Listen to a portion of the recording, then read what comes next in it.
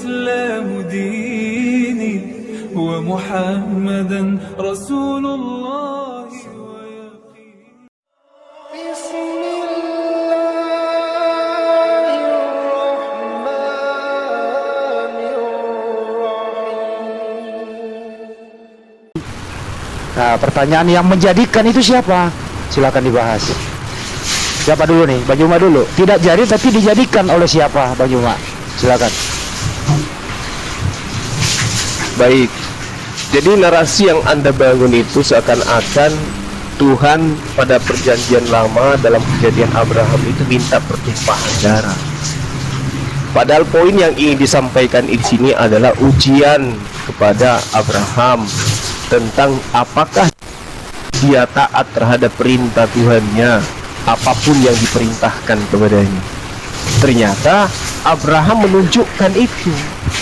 Ketika kemudian Abraham minta, seperti dalam Al-Quran, Abraham meminta petunjuk kepada Allah. Kemudian diantaranya juga Abraham minta agar dianugerahkan seorang anak. Rabbi habli minas sholihin. Ya Tuhan, ku anugerahkanlah kepadaku seorang anak yang termasuk orang yang saleh. Maka kemudian Allah menjawab doa beliau, fabasyarnahu bigulamin halim. Maka kami beri kabar gembira kepadanya dengan kelahiran seorang anak yang sangat sabar. Nah, kemudian ayat selanjutnya, ketika kemudian Allah memberitakan dalam Al-Quran bahwa Nabi Ibrahim bersama dengan anaknya itu sudah pada usia sanggup, Allah datang kepada Ibrahim untuk kemudian Ibrahim ini menyerahkan anaknya tersebut. Tapi penyerahan anaknya di sini bukan sebagai penebus dosa. Ini hanya semata ujian kepada Ibrahim atas kesolehan, atas ketaatannya terhadap perintah Tuhan. Dan ternyata demi untuk Tuhannya, anak sematawayang pun rela ia kurbankan demi untuk memperlihatkan ketaatannya kepada Tuhannya. Nah, kemudian di ayat 107 Allah mengatakan wa fadainahu bidzibhin azim, dan kami tebus anak itu dengan seekor sembelihan yang besar. Itu jelas itu.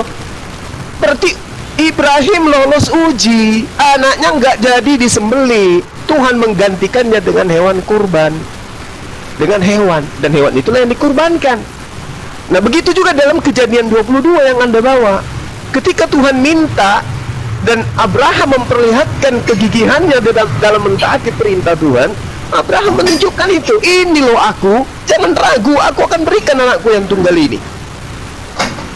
Tetapi Tuhan kemudian jijik terhadap pertumpahan darah, persembahan darah, karena itu hanya disifati oleh dewa. Maka Tuhan menggantikannya dengan hewan untuk dikurbankan. Final Islam dan tradisi Yahudi final di situ. Muncul Kristen belakangan. Nah, itu yang perlu saudara pahami. Jelas itu. Silakan. Okay. Tolong di-mute host. Di-mute. Oke, makasih. Ini alat uji, bro ya. Terus kemudian siapa yang meluruskan atau siapa yang meneruskan ajaran ini gitu loh. Silakan Bang Billy dulu baru Pak Ustaz. Bang Billy dulu. Oke. Kita cek. Nah, inilah kelebihannya Bene Ismail dan Bene Ishak, ya, Islam dan Yahudi. Nah, kelebihannya apa? Kita memahami secara teks dan konteks, ya. Dalam soal akidah Ishak berbunyi gini, Ayomer hadar harim Elohim nisayat Abraham. Setelah semuanya terjadi, maka Tuhan nisayat Abraham, artinya menguji Abraham. Ayomer elaf Abraham, bagaimana Tuhan Abraham? Lalu Abraham menjawab, ini aku. Ayomer, karena bini kayak dia kiri asal after Ishak. Jadi tidak ada kata di situ untuk menyembelih Ishak, nggak ada. Ya, nggak ada. Ingat, di dalam komentar para hakam atau ulama-ulama Yahudi, kenapa tidak ada kata menyembelih di situ? Karena memang Tuhan tidak mau menyembelih manusia. Nah, di situ dibilang bawalah anakmu yang kau kasihi, Ishak, bawalah ke atas gunung, ke atas bukit, ya, bukit Moria. Nah, dan persembahkanlah dia. Nah, di situ Abraham, ya, ini menurut para ulama kami, Abraham bingung, ini mau diapain? Persembahan di zaman dahulu itu adalah persembahan manusia. Jadi mungkin Abraham berpikir, oh jangan-jangan mesti disembelih. Padahal tidak ada kata untuk menyembelih. Disitulah nisai Abraham atau Tuhan menguji Abraham itu benar-benar menguji dia, dan memang untung ya, karena Tuhan tahu bahwa di masa yang akan datang akan ada oten-oten yang seperti ini nih yang menyatakan, lihat tuh Tuhan mempersembahkan darah manusia. Untung Tuhan itu mengganti dengan apa? Dengan ail, dalam bahasa Ibrani ail apa? Ail itu adalah kambing jantan gitu. Jadi tidak ada korban manusia di situ. Secara tekstual tidak ada, karena Tuhan tidak bilang ini sembelihlah anakmu, enggak, tidak ada kata sembelih di situ ya, gitu. Jadi argumen tadi itu patah di dalam apa, tidak patah di dalam kenyataannya, bahwa yang persembahkan itu bukan manusia tapi adalah darah binatang. Lanjut. Terus yang mengadakan atau yang meneruskan tradisi itu dewa siapa di zaman itu, Bang Billy? Dewa Molok yang paling populer di zaman itu, dewa tuan-tuan Kanaan itu dewa Molok yang persembahkan mempersembahkan korban manusia. Oke, baik. Kenapa pertanyaannya akan begini? Kenapa Kristen itu suka sama darah? Senang sekali sama darah. Padahal korban yang dimaksud di dalam imamat itu hanya berlaku bagi bisgada atau korban-korban yang tidak, bagi dosa yang tidak disengaja. Cek sendiri, tulis dosa yang tidak disengaja itu berlaku untuk ketetapan imamat, tapi untuk dosa yang sengaja hukumannya mati. Makanya Daud waktu dia berhubungan dengan Bathsheba itu hukumannya mati, dia tahu, dan Nathan juga tahu. Makanya pertobatan Daud dengan mengaku dan dengan tobat tesyufa, tobat dengan benar-benar dan tidak melakukan hal yang sama lagi, Tuhan mengampuninya. Jadi pertobatan bagi dosa, pengampunan bagi dosa yang disengaja adalah apa? Mengaku dosa dengan hati yang hancur dan bertobatan yang sungguh-sungguh, itu akan diampuni gitu. Jadi tidak ada dosa yang tidak bisa diampuni kecuali menghujat Roh Kudus. Oke, baik. Mosad, di situ kan Anda sudah mengatakan tidak jadi, yang menjadikan itu adalah dewa Molok dan Dagon. Kenapa kalau Abraham tidak jadi dengan pertumpahan darah manusia, kenapa Anda lanjutkan itu menjadi pertumpahan darah Yesua atau Yesus di tiang salib? Kenapa? Silakan. Oke, jadi saya tanggapi, ada 3 hal yang saya tanggapi di sini, Pak ya. Jadi diberikan waktu. Yang pertama, Bang Sunga menjelaskan menurut Al-Quran dan juga diiyakan, ada diiyakan oleh Pak Monotri ini.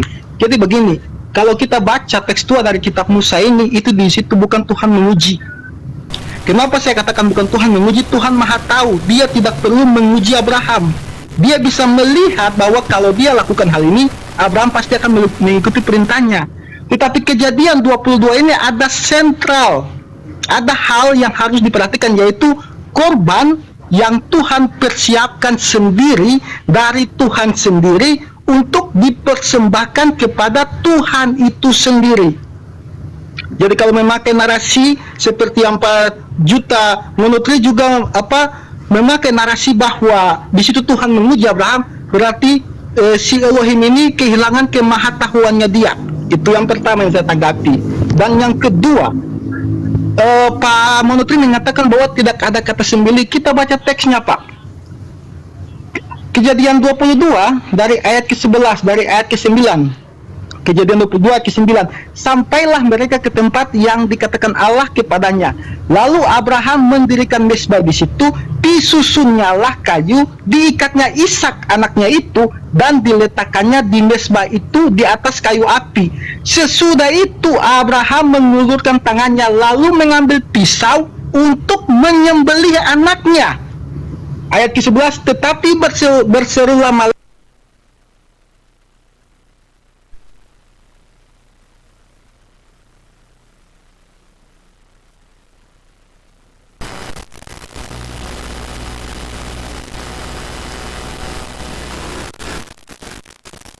bertanya kepada Pak Monotri, yang saya sudah meragukan keyahudiannya dia. Sakaria 9 ayat 11, di situ Tuhan mengatakan bahwa dia akan melakukan perjanjian dengan darahnya sendiri. Yahweh mengatakan Sebentar. Jangan diganggu dia, biarin dulu. Ya. Jadi tadi narasi Pak Monotri kan sudah salah.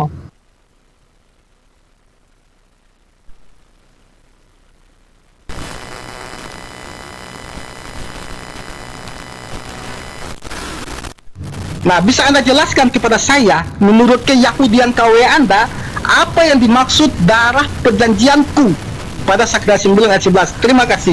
Silakan. Oke, baik. Sebelum ke Bang Billy, Bang Juma, saya mau nanya Anda dulu nih. Ini, itu jadi nggak sih menyembeli darah manusia itu jadi atau tidak di sana? Nggak jadi bang, nggak jadi. Nggak, ke Mossad dulu, Oh, biar dia silakan. paham. Mossad, jadi darah manusia atau tidak jadi? Saya rasa penjelasan saya mungkin Pak Handi tidak paham atau gimana. Dari Jadi, awal saya katakan tidak jadi, Pak. Tidak Dari jadi, awal baik. sudah Udah saya- stop, tidak jadi. Baik, udah. Silakan. Itu aja seklarifikasinya. Bang Juma, silakan. Bang Juma baru ke Bang Billy. Ya, jadi gini Bung, ketika saudara membawa narasi, Anda mengatakan di sana kemudian tidak ada dikatakan Abraham itu dicobai. Lantas kemudian Anda mencoba untuk menggurui orang yang punya kitab. Jelas sekali kalau Anda menggunakan kitab saudara nih, bukan kitab yang asli dalam arti kata yang dipahami oleh saudara kita Morebili. Di situ kalau Anda melihat Kejadian 22 nomor 1-nya, jelas sekali Tuhan kemudian nacah, mencobai, menguji. Siapa yang dicoba di sana? Abraham. Lalu kemudian Tuhan berfirman, Abraham. Lalu sahut daripada Abraham, ya Tuhan. Jelas itu. Jadi Anda keliru kalau Anda mengatakan Ibrahim tidak dicobai. Abraham dicobai di sana berdasarkan kitab yang Anda gunakan. Itu aja dulu. Kemudian ketika Anda mengatakan bahwasanya Tuhan mempersiapkan persembahan,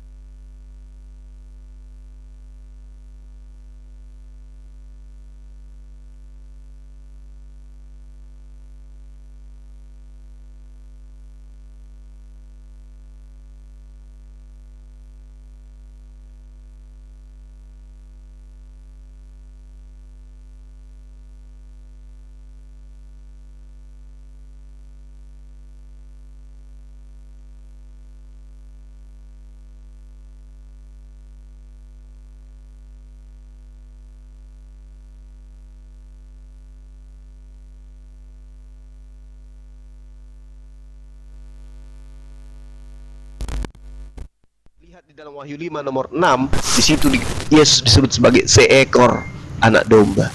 Ini penistaan, ini penghinaan yang sangat luar biasa. Sampai segitunya, hanya demi untuk prosesi ibadah kepada dewa Molok, Yesus yang adalah manusia dikatakan sebagai seekor anak binatang, seekor anak domba. Demikian sementara. Oke, sebelum ke Bang Billy,